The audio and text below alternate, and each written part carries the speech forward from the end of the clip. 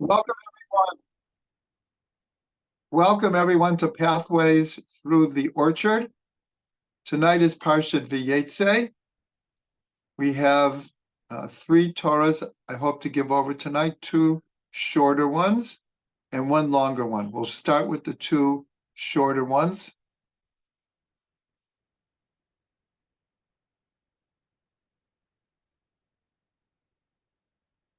Okay, so the Parsha begins, Vayeitzei Yaakov mi Beersheva v'yelech Harana. Yaakov went out from Beersheva, and he was going to the place called Haran. So there is a Torah from Rabbi Natan, the main student of Rabbi Nachman of Breslov, and he said like this. He said, what is the significance of going out from Beersheva and going to Haran? So he said that the number 7 always represents cycle, complete cycle. And it also, as we will see, it also mirrors the ladder that will be in Yaakov's dream. In the beginning of the Parsha, when he leaves Beersheva on the way to Haran, he has a dream, probably the most symbolic dream in the entire Tanakh, of a ladder entrenched in the earth and reaching the heavens. And so going out from Beersheva represents going from level to level, like a ladder. And Haran, Rashi tells us that the name of the place he's going to is one of the words for anger, Charon Ah. So Rabbi Natan says like this. He says, anytime a person wants to go from level to level spiritually, it could even be in the material physical world, one has to go through this place called Haran, which represents obstacles, possible problems. Because when we go from level to level, it means that we have to stretch ourselves spiritually, intellectually, emotionally. And to get to the next level is a test, it's a challenge. And so Yaakov is going out from Beersheva. He's leaving home. He is running from Esav, who wants to kill him. But he has the blessing from his father Yitzchak, called the blessing of Avraham, where for all practical purposes, Yitzchak confers upon him the task, the destiny of being the next in line of the patriarchs. And he's going to get married in a place that he's never been, looking for his soulmate. So Yaakov is in total transition. And that's represented by going out from Beersheva. Beersheva literally means the well of 7. But here again, we're associating it with the idea of levels or rungs in a ladder. And so therefore, the opening verse, which seems not to have anything to do with the dream that Yaakov is going to have, actually is the mirror image of what he will be experiencing in the dream. So when Yaakov it's conferred upon him to be the next of the patriarchs. So we see something very, very important with the number 7. And that is in Yaakov's dream. So he sees angels going up and down. So of course, this has tremendous symbolic meaning. And God appears to him at the top of the ladder. and gives him assurances that he will take care of him, that he will make sure that everything that is destined for Yaakov will have God's assistance, and he will be there for him, and that he will be given Eretz Yisrael, and that all of his children will inherit the land. Now we see that this is not the first time that God has promised the land of Israel to the patriarchs. It's the first time that God is promising the land to Yaakov. And it comes in this prophetic dream. But we see something very interesting in Parshat Lech Lecha. 4 different times, God promises to Avram that the land of Israel will be his eternal inheritance for him and all of his children for all generations. 4 different times. And each time, actually, the promise gets stronger and stronger.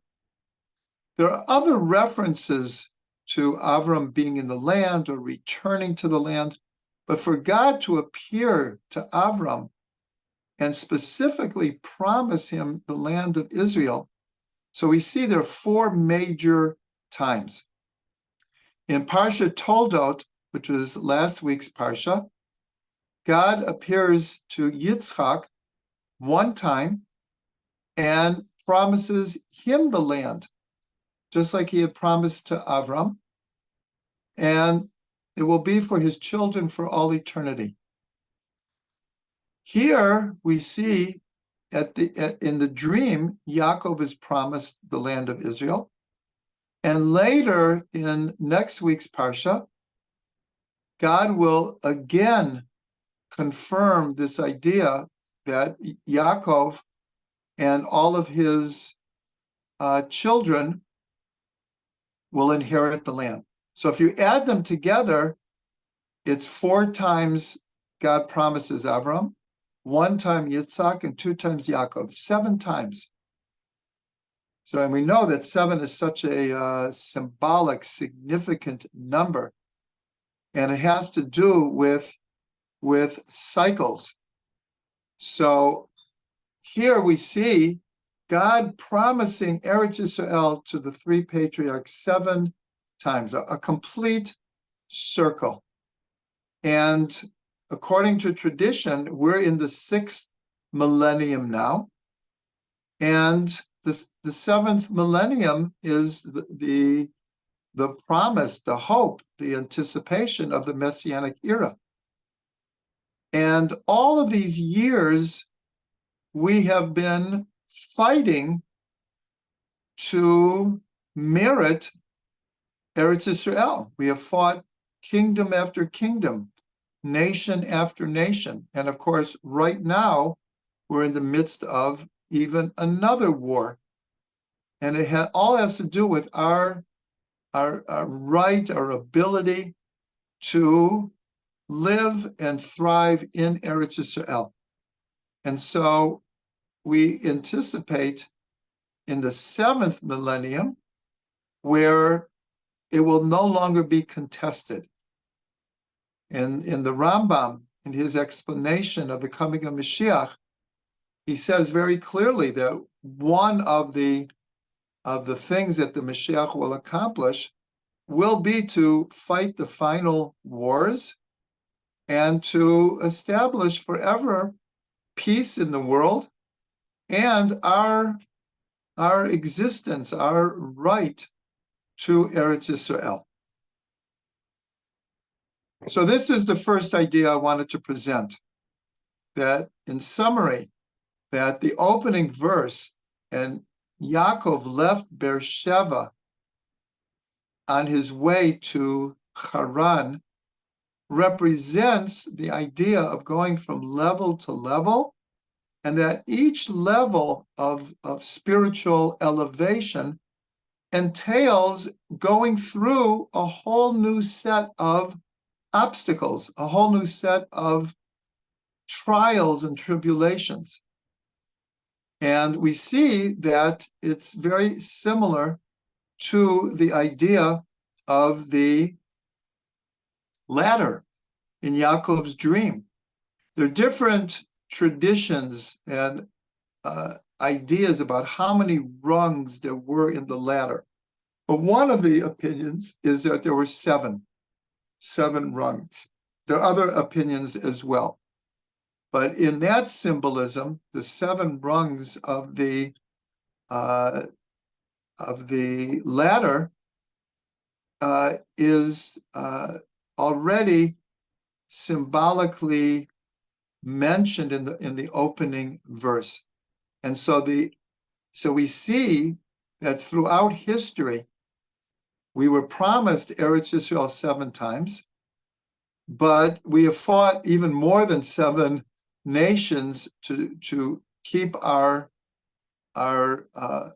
ability to stay in the land and to thrive in the land. And Bezrat Hashem, the war that we're involved in now will help us once and for all, because most of our neighbors, and certainly our enemies, do not accept our right to Eretz Yisrael. We're still fighting for just the basic right that this is the Jewish homeland. 75 years after the establishment of the State of Israel. Okay, so that is our first insight. The second insight is that when God is promising the land to Yaakov, so I want to read the verse, and it says like this.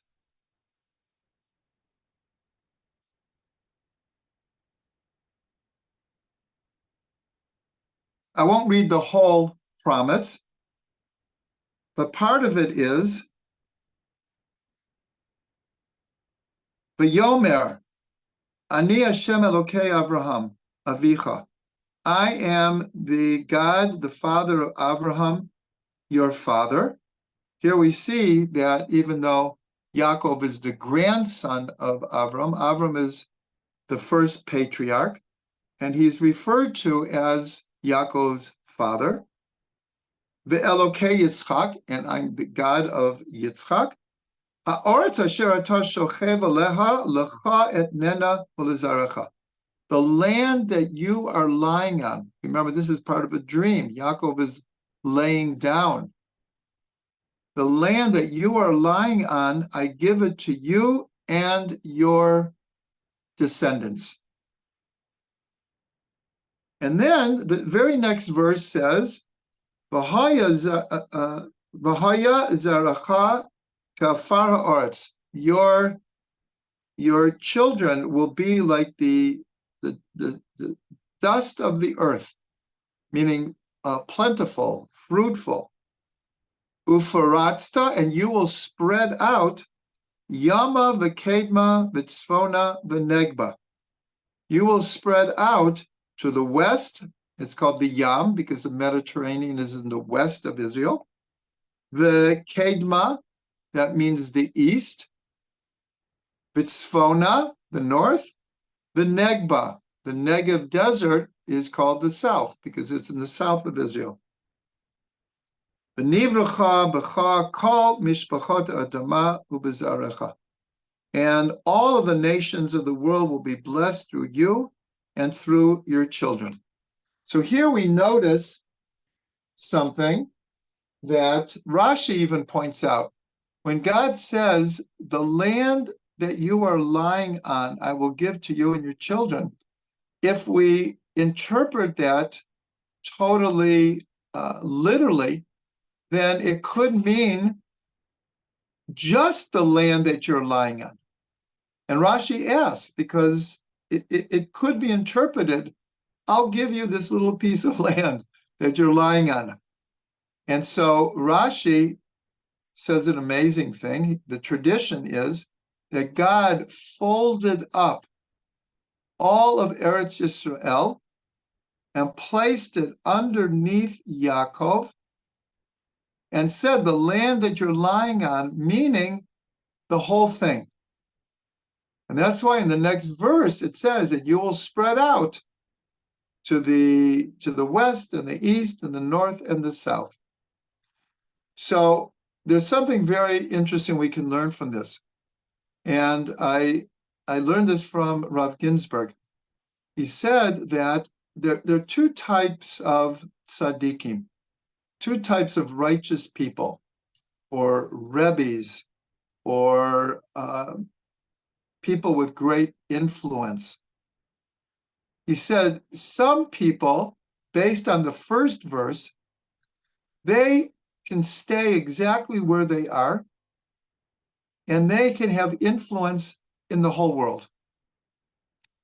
Because the land that you're lying on, that a person could just stay stationary, and their energy, their influence can spread far and wide.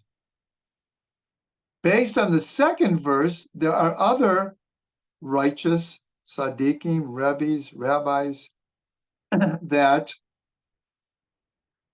they travel all over the place bringing their light. They don't stay in one place. The way that they influence is by going to the west, the east, the north, and the south.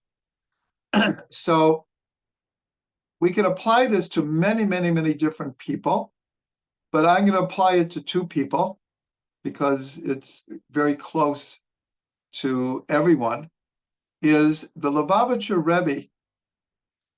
He was the leader of Chabad for approximately 40 years, from the time that his father-in-law passed away until he passed away. And during that time, he basically did not leave Crown Heights. Once a week, he would go to his father-in-law's grave in Queens, and he would spend most of the day there, davening, communing with his father-in-law, learning. It's said that he would bring the whole packet of letters that he would receive.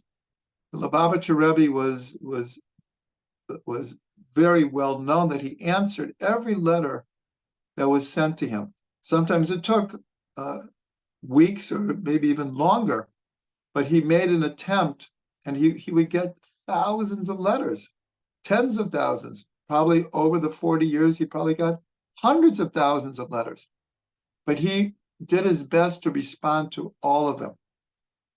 And it said that he would bring these letters to the gravesite of his father-in-law, who he was very, very close to. That was his Rebbe. We always think of the Rebbe as the Rebbe, but even a Rebbe has a Rebbe. So his Rebbe was his father-in-law. So other than that, though, he stayed in Crown Heights, and his energy, light, and influence spread to the whole world. That's why we have Chabad literally all over the world.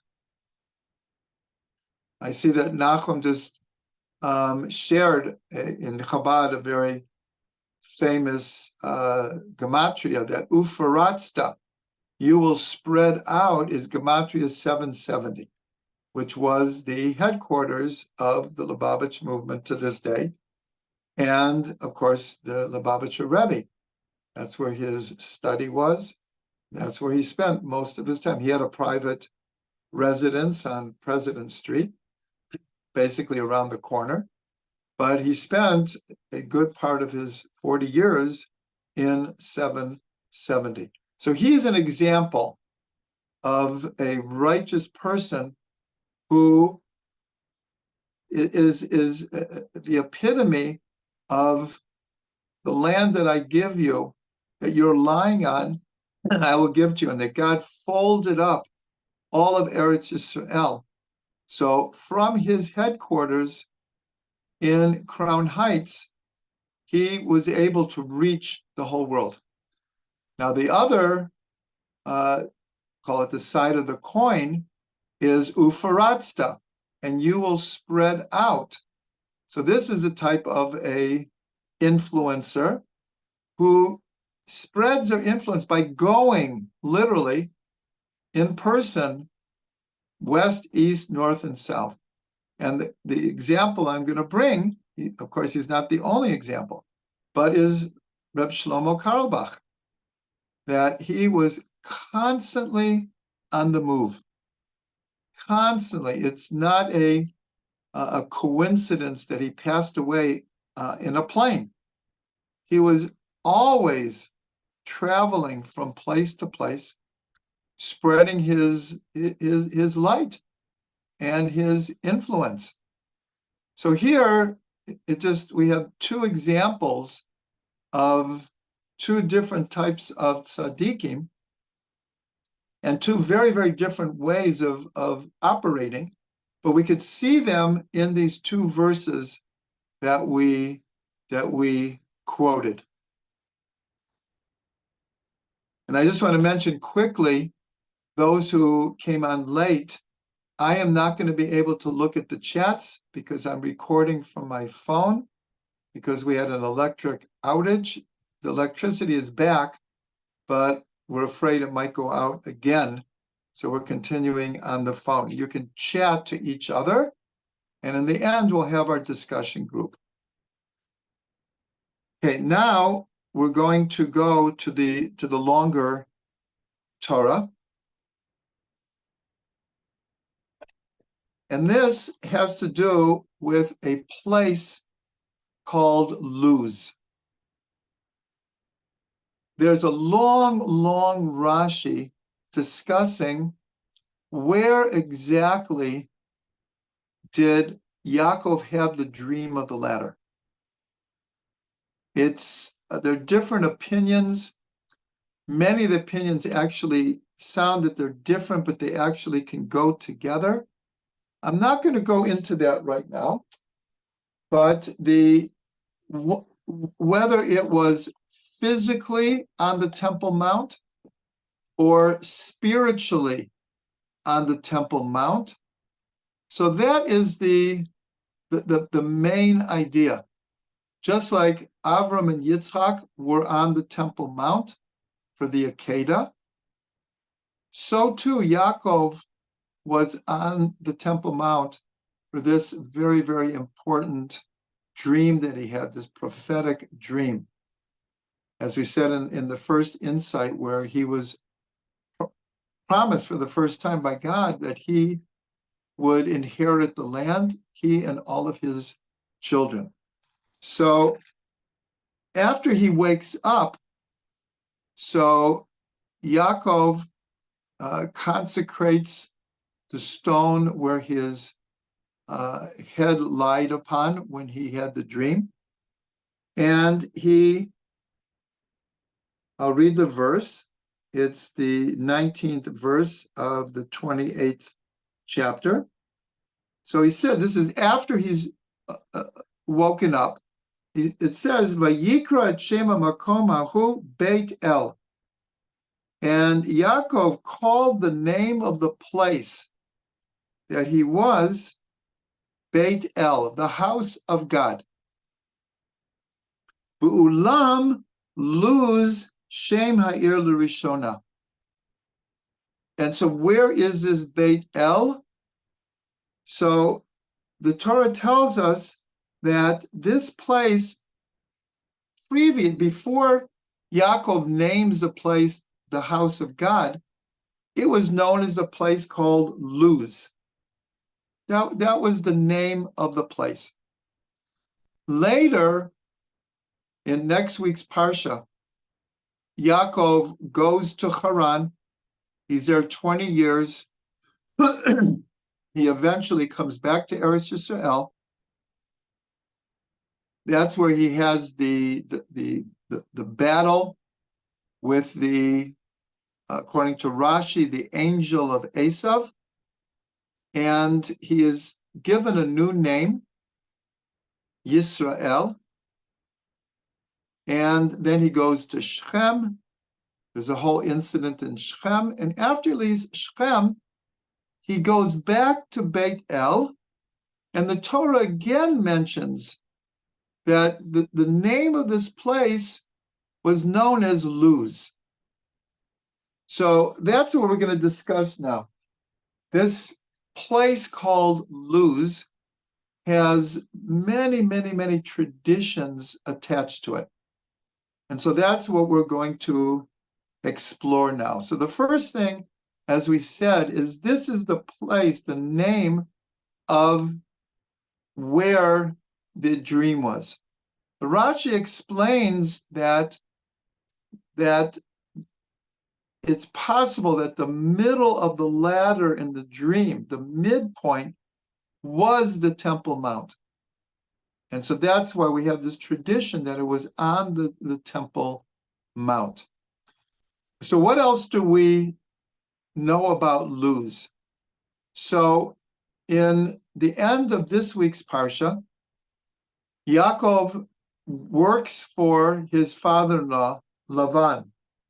He marries two of the daughters of Lavan, Leah and Rachel, and he ends up working for a total of 20 years for Lavan, mostly watching his sheep.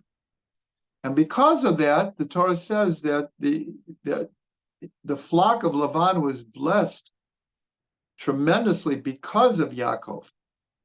But after 20 years, Yaakov is like, he complains to his father-in-law, I have nothing of my own. I've been working for 20 years.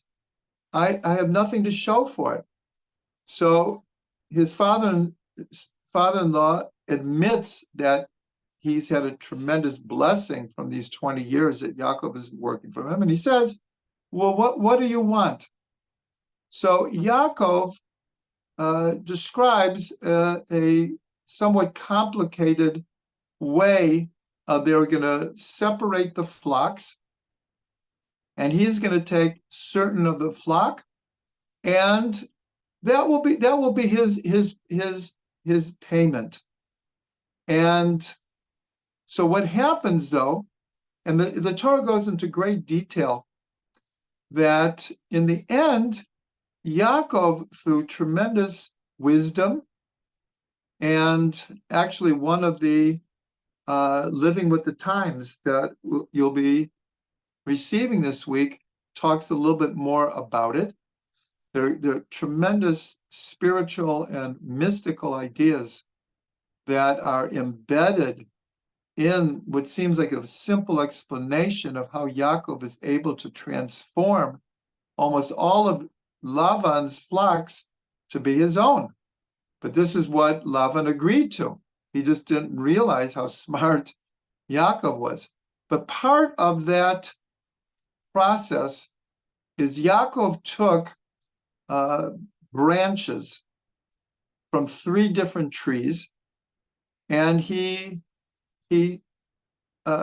stripped them in kind of like a barber shop kind of a way. And he placed them where the sheep would eat and drink and would mate. And because of them looking at these striped rods, they produced the type of sheep that Yaakov wanted. And little by little, he was able to transform all of the sheep to be his. So in the description, the Torah says that he took 3 different types of trees. And in Hebrew, one is called livneh. That is translated as poplar. The second one was luz. That is one of the types of trees that Yaakov took, the luz tree. It's translated in the Art Scroll as hazel tree. some translate it as almond. And the third type was called armon, which is translated as chestnut. These are the three trees. I'm bringing all of this because one of the rods that he used came from a luz tree. Only later are we going to understand the significance of this. So I'm mentioning this. Everyone hold on to this idea. Then we have this tradition that probably many, many people have heard, that how is the resurrection of the dead going to occur? Techiyat hametim. So there is a tradition that there is a bone in the backbone called the luz bone, that even when a body decomposes in the earth, nothing can destroy the luz bone. And from the luz bone, God will resurrect the dead. So this is a tradition. It's brought down in the Talmud. And we have to understand, why is this bone called the luz bone? So if everyone's following, there's many different usages of this word luz. And hopefully in a few minutes, we're going to kind of put it together. Now, then there's a question: is the luz bone at the very top of the spinal cord, the vertebrae, or is it at the bottom? So many opinions hold it's the bottom vertebrae. And the Zohar even says that the bottom vertebrae, which is the luz bone, is shaped like a snake. Like a snake. And so this is connected to the Zohar calling Yaakov the Nachash de Kedusha, the snake on the side of holiness. Because Yaakov had to use, we'll call it snake-like attributes to be able to merit the birthright that he fair and square got Esav to sell. In fact, the Torah says that Esav despised his birthright. That is in the previous parsha, Toldot. And because he had the birthright, he now deserved the blessing from his father. But he had to use somewhat of, you could call it trickery. You could call it just being one step ahead. You could call it being like wise. But the Zohar says he's the snake of the Kedusha. And that's one of the secrets, that the numerical value of snake, Nachash, equals Mashiach, 358. So everyone asks, how can you even compare the Nachash to Mashiach? And so we can, because by being smart doesn't necessarily mean that you are false or untrue. It just means that sometimes, and we know this in Israel, all the wars that we have fought, our intelligence services, we have such so many enemies that only by staying one step ahead are we able to be victorious. And sometimes that means being the Nachash de Kedusha. So that's what the Zohar says. The Zohar says it's the bottom vertebrae. And others also hold that. What's interesting, though, is the Arizal says it's the top of the vertebrae, and he says that's the place where we put the knot of the tefillin. We put it over the luz bone. That comes from the Arizal. So here we have another usage of the word luz in a very important thing of Techiyat HaMetim, the resurrection of the dead. There's actually a story in the Gemara that Hadrian, who was a tremendous enemy to the Jewish people, that one time he asked Yeshua ben Hanina, how is God going to accomplish the resurrection of the dead? So Rabbi Yeshua said, through the luz bone. And Hadrian was like, well, that's impossible, because the whole body decomposes. So Rabbi Yeshua said, but not the luz bone. And so to prove it, they put they had a luz bone, and they put it in fire. The fire couldn't destroy it. He took like a hammer and like smashed it and smashed it and smashed it and broke the hammer, but it could not destroy the luz bone. I saw an explanation once from Rabbi Aryeh Kaplan, who said that the way prophecy works is that, and divine inspiration, that one doesn't always know the full ramifications of what is being said or what is being received. And so this idea that the resurrection of the dead will happen through the luz bone. So Rabbi Aryeh Kaplan said that this is the secret of cloning. Because to clone, you just need the basic DNA. And you can clone the entire, whatever it is, from the DNA material in really any part of the body, as long as you have the full DNA code. And so Rabbi Aryeh Kaplan said that this is, perhaps the sages didn't understand the scientific understanding, but through divine inspiration, they received a revelation of this idea that the resurrection of the dead will happen through the luz bone. There's two more connections with luz, and one is that there is a tradition that they used to manufacture techelet in luz.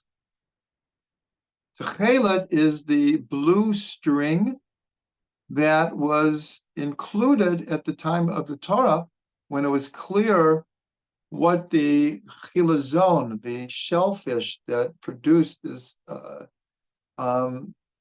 bluish kind of dye, but they manufactured it in luz.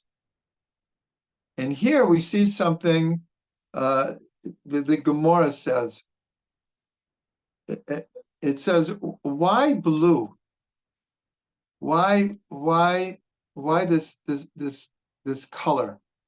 And so it says in the Talmud, and Rashi brings us in Parshat Shlach Lecha, in the Parshat of Tzitzi, it says that Techelet domeh liyam. This color, Techelet, is similar to the color of the sea, blue. V'yam domeh l'rakia, and the sea is similar to the blue of the sky.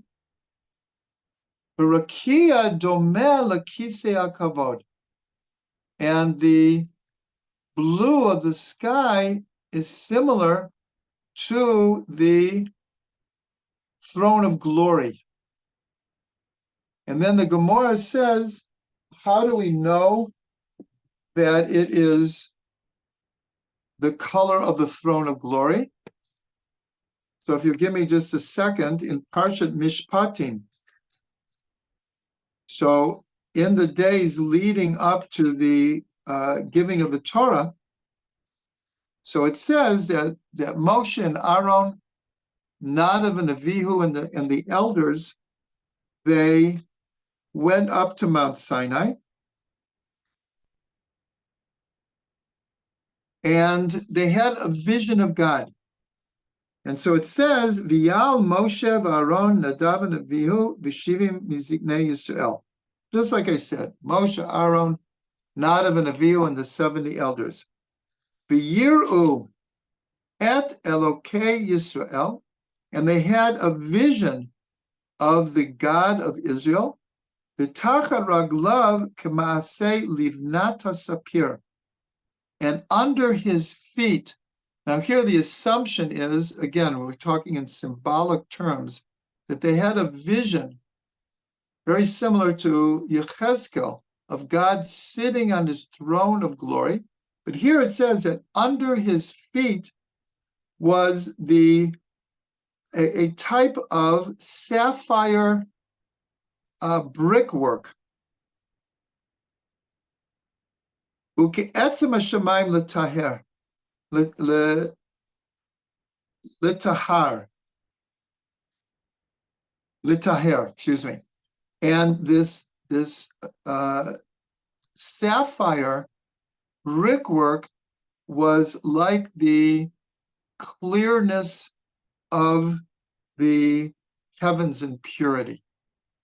So the Gemara says that, again, Techelet is similar to the sea. The sea is similar to the firmament. The firmament is similar in color to the Kisei Kavod, and the Kisei Kavod is this color of sapphire.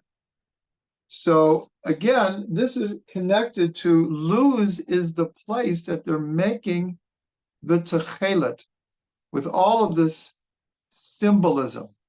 And the last thing that we'll mention is there's also a tradition. This is the original Shangri-La. It says in the Talmud that the angel of death had no dominion in the place called Luz.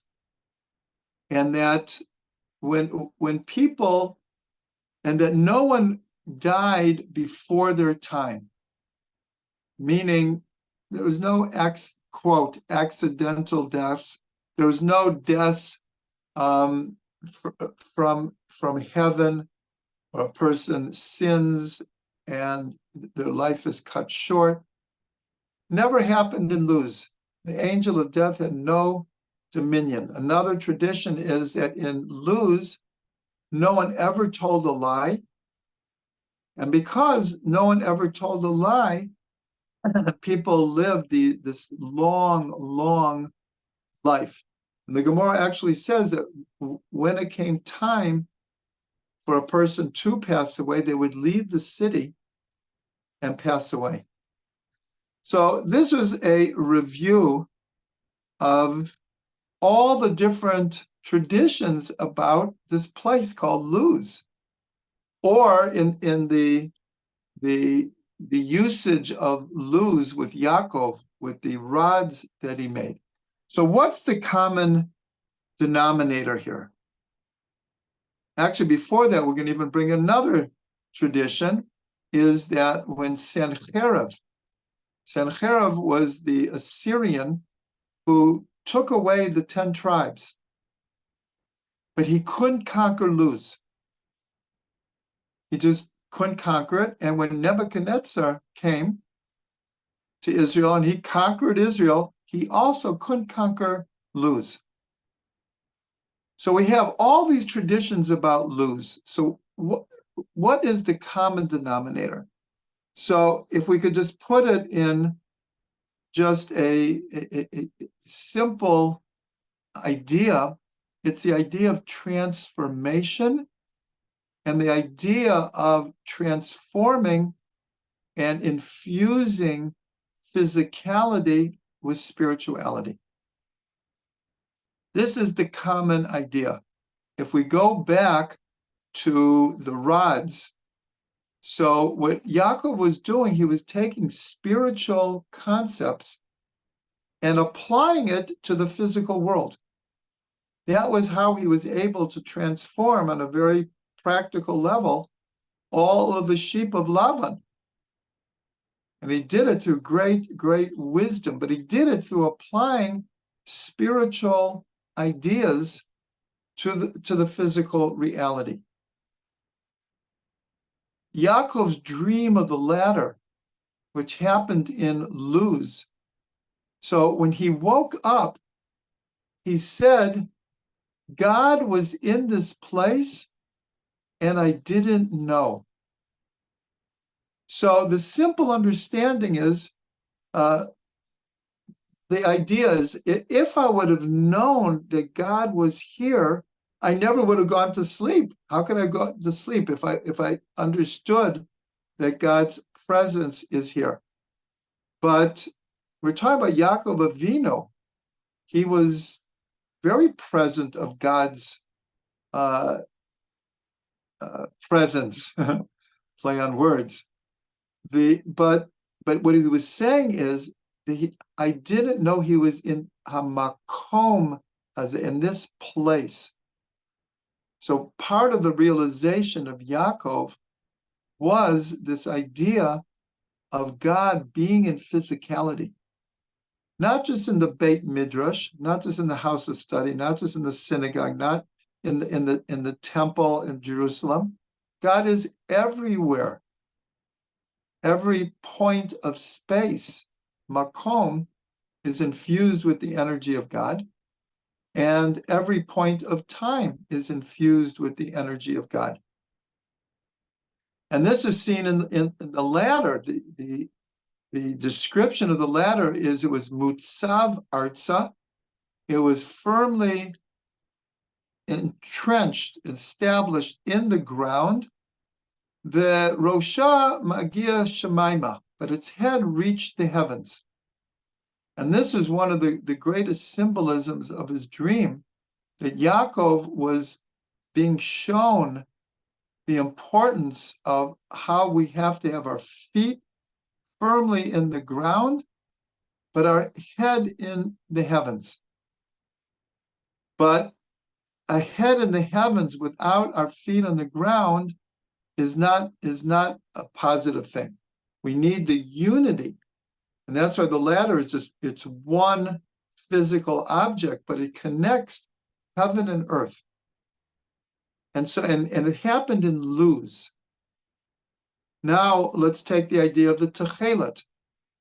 So techelet was this blue string.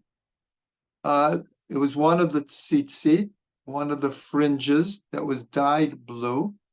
But here we see in the Gemara that the symbolism of this blue thread takes us on this very spiritual, mystical visualization, that we go from a blue strand in the fringes and we envision it being the color of the sea, and that the sea is the color of the firmament, and the firmament brings us to a vision of the throne of glory. And it's the color that connects these ideas.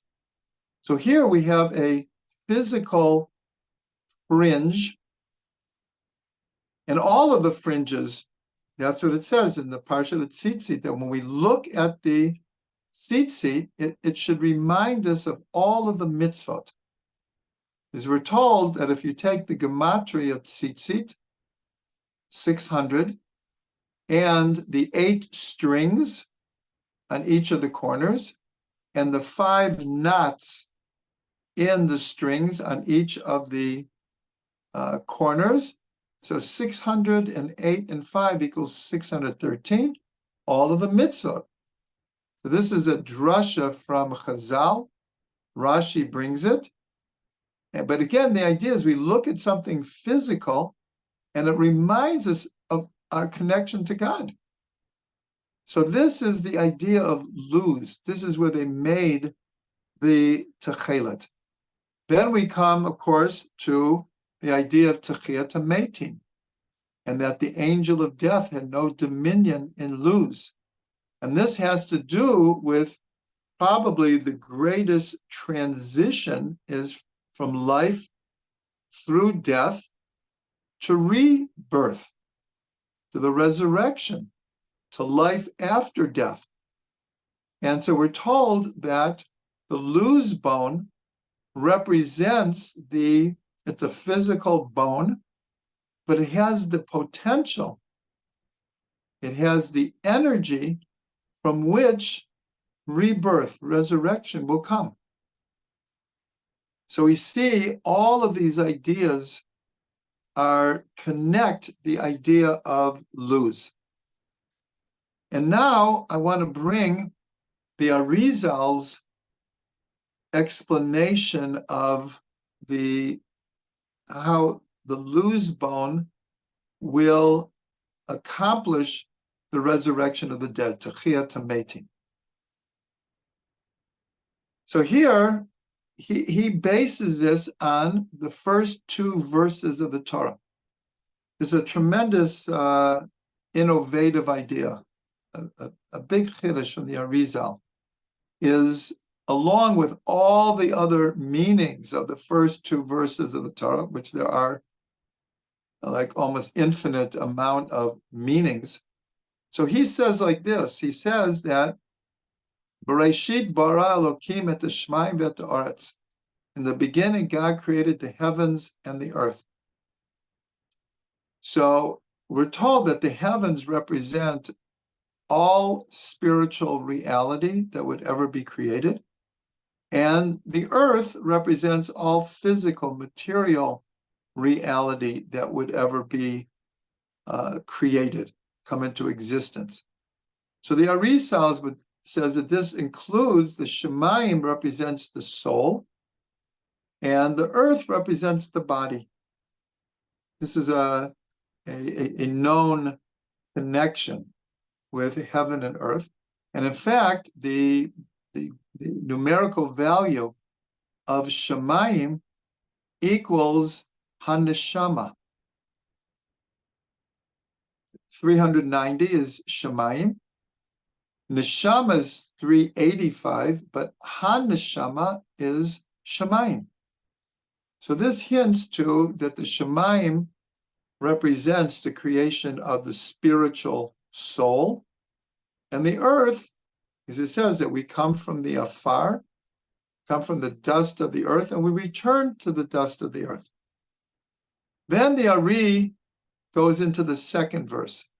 V'ha'aretz hayta tohu v'vohu, v'choshech al pnei ha'tahom, v'ruach Elokim mirachefet al pnei hamayim.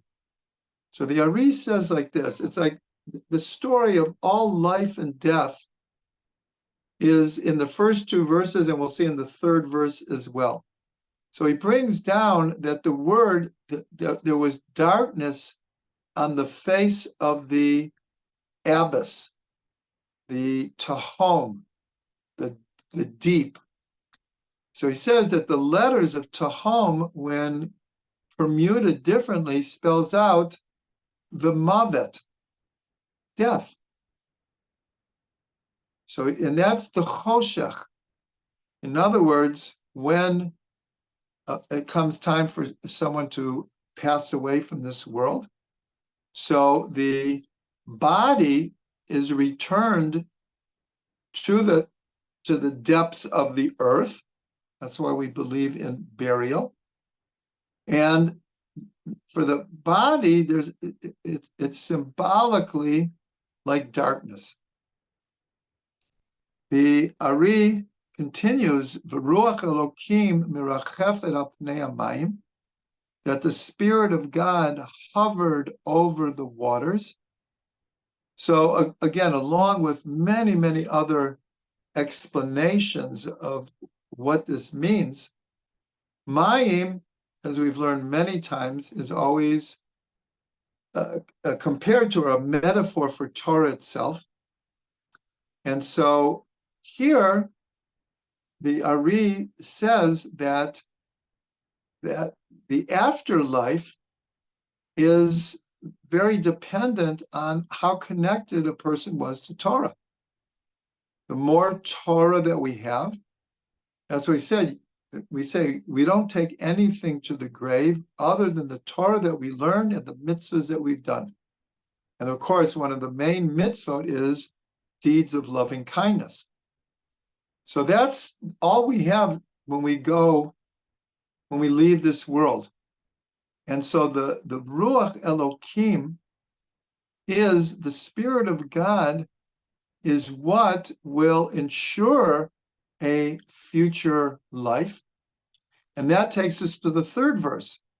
V'yomer Elokim yehi or v'yehi or. That God said, let there be light, and there was light. So here in the first verse, we have the creation of the soul and the body. At a certain point, the soul and the body separate. The body returns to the Tahom, to the darkness. In other words, symbolically, death is like darkness compared to life, which is light. But the Spirit of God hovers over the water, and that is a person's merit, is the water, the Torah that they've learned. Now the Ari says further that, and this is connected to the lose bone, is that when a person passes away, we know that we have the different periods of mourning. There's the first days before burial. There's a whole lot of mitzvot that are connected to that. The first 3 days of sitting Shiva has a certain level of intensity to it. And then there's the 7 days of mourning. Then there's 30 days of mourning. And then there's the year of mourning. And each one has accompanying traditions and mitzvot of how we properly mourn for a close relative who has passed away. So the Ari says that when a person passes away, their soul leaves them, but not the nefesh. The ruach, the neshama, the chayin yechida separate from the body, but sometimes it takes a while. That's why we have these different stages of the mourning process, because the soul is very connected to the body. And we're told that right after death, the soul is still very, very connected to the body. It needs to go through in a certain way, Vayeitzei Yaakov mi Beersheva v'yelech Harana. Just like we said in our first insight, it has to go through stage after stage in the coming world and where there's all kinds of purifications that occur. And so the Ari says that even the nefesh, in a righteous person, even the nefesh eventually leaves the place of burial. But the Ari said that what he called the vapor of the bones remains at the burial place and remains there until Techiyat HaMetim. And the vapor of the bones is specifically the lose bone. This very spiritual concept, but it's connected to a physical bone. And the word for bone in Hebrew, etzem, is the same word for essence. Atzmut is in Chassidut, if we're talking about the essence of God, it's called atzmut. And bones are called etzem. So there's something about the lose bone that contains the essence of the person. And like we said before, in today's terms, we can think of it this way, at least symbolically. That's how Techiyat Meitim will happen, is through, we'll call it cloning, spiritual cloning of the DNA. We call it the physical DNA or the spiritual DNA that's present in the vapor of the bones, the loose bone. And so here we have the idea of night and day. Because on the first day, the second verse is that there was darkness on the face of the abyss. And remember, the word tahom, if you permute it, is mavet. But on the third day is light. So the Ari brings a verse from Tehillim, the 139th Tehillim, the 12th verse, and says, Gam choshech lo yachshich mimeka b'layla k'yom ya'ir v'chashecha ke'ora. So it says like this, that only darkness will cover me. Wait 1 second.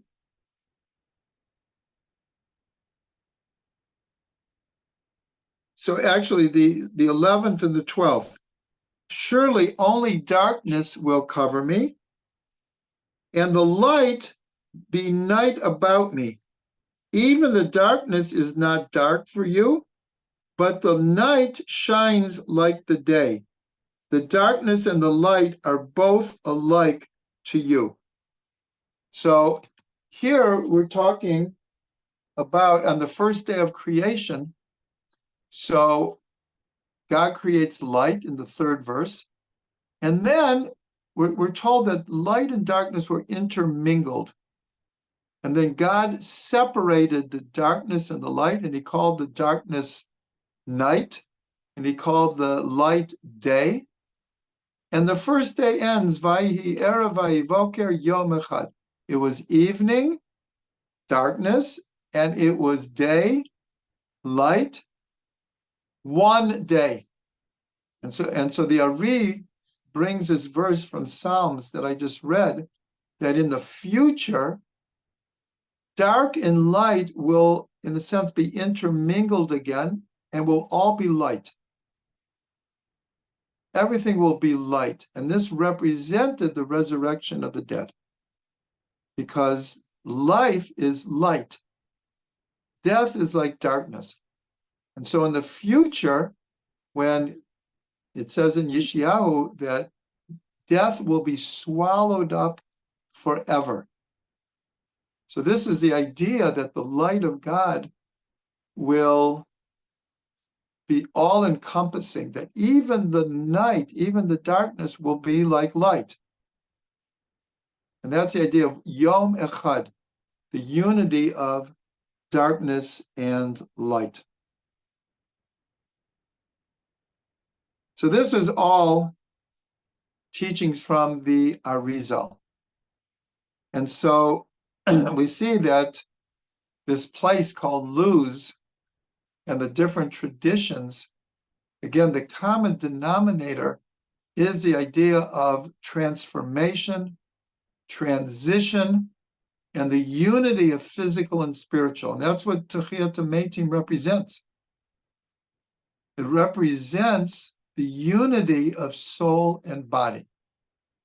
That is the main idea of Techiyat Meitim, that in the future, physical and spiritual, in general, but specifically for us in a person's being, will be a unity of physical and spiritual. And it will be like this verse that we read, that there'll be no difference. Right now, we're very aware of our bodies. Many times we're very aware of our souls. All right, the idea is to try to unify soul and body to work together. But in this world, it's a challenge. We all know it. But we're told in the future, Techiyat HaMeitim represents a stage of human development, of human consciousness, that will be a perfect unity of physical and spiritual body and soul. May we all merit to see it, experience it, along with Mashiach.